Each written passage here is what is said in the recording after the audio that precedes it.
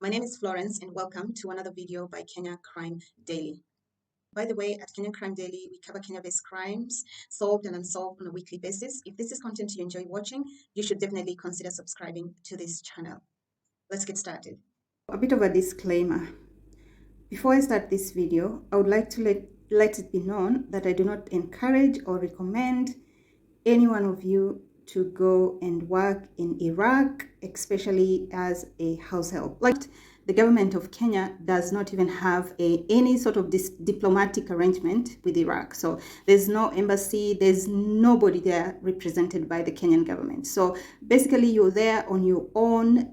I know that Kenyan embassies abroad don't do the most for us, but the fact that they have a relationship with that particular government is always a step in front. So again, I would just like to encourage you guys, to recommend to you guys not to go to this country. There's no point, okay? Now that that is out of the way, let's start talking about Ngendo Mwangi.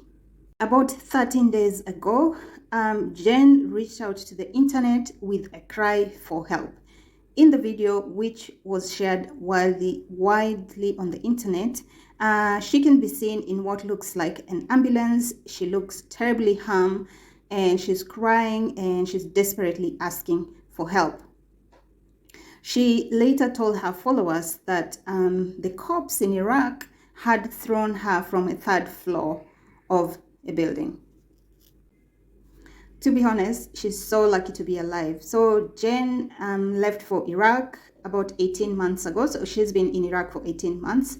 She has a house-to-house contract, meaning the agency can decide to post her somewhere for a week, then another place for 2 weeks, and another place for 3 weeks, depending on the jobs that are available. So on the Friday night, I don't have a date. So on the Friday night of the incident, Jen and 10 other colleagues were working together in a house. And around 1 a.m. in the morning, someone started banging the door.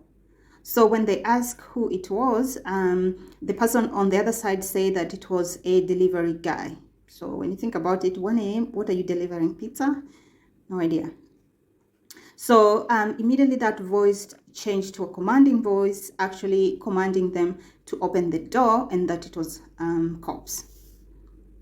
She says it was about 6 police officers that walked into the room and immediately started arresting people in what she describes as an aggressive manner.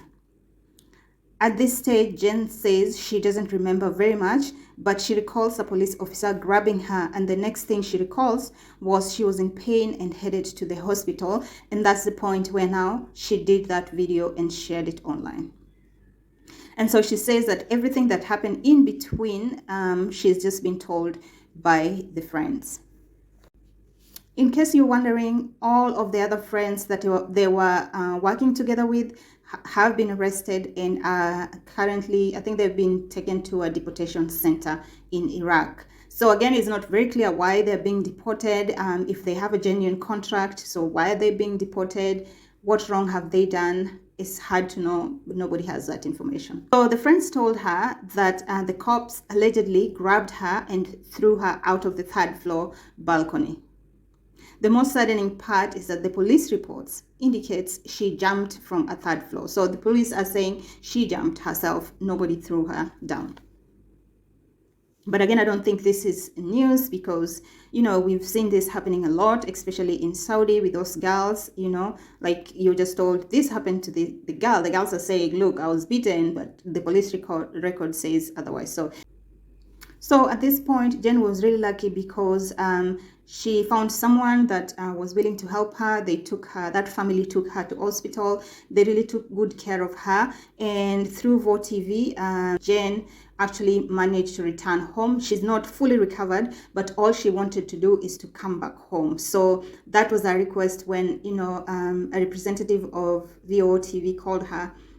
She said her only request was to return home. That's all she wanted to do. She wanted to come back home and see her children. Even if she was dying, she did not want to die in that country. So again, guys, this is the state of some of these countries. So before you leave home, before you think about your problems that you have at home, just think, like, just listen to this video and hear this story. It is just a reminder that there's no point. You'd rather try and figure things out at home than jump on some of these planes. It's very dangerous at this point. It's very, very dangerous.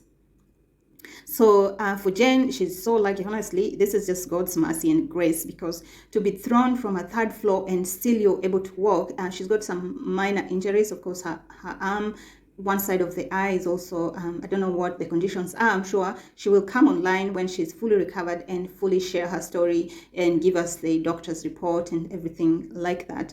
But at this point, we're just so grateful that Jen is alive and well and recovering, and she's back home with her family. This is such great news. So anyway, this is just a quick and short video on Jen. I just wanted to make sure that I put this message across, because honestly, at this point, we really need to encourage ourselves to, to just stay at home, try and figure out things, because at this point, like, you're going to die. Basically, you're signing your life away. That's what it does seem like, That's it for this video. Thank you so much for coming back. Thank you for watching this video. Make sure you like, make sure you share, make sure you're subscribed to this channel, because I'm bringing you more of these cases now almost every single day. So thank you so much. I'll catch you next time. Bye.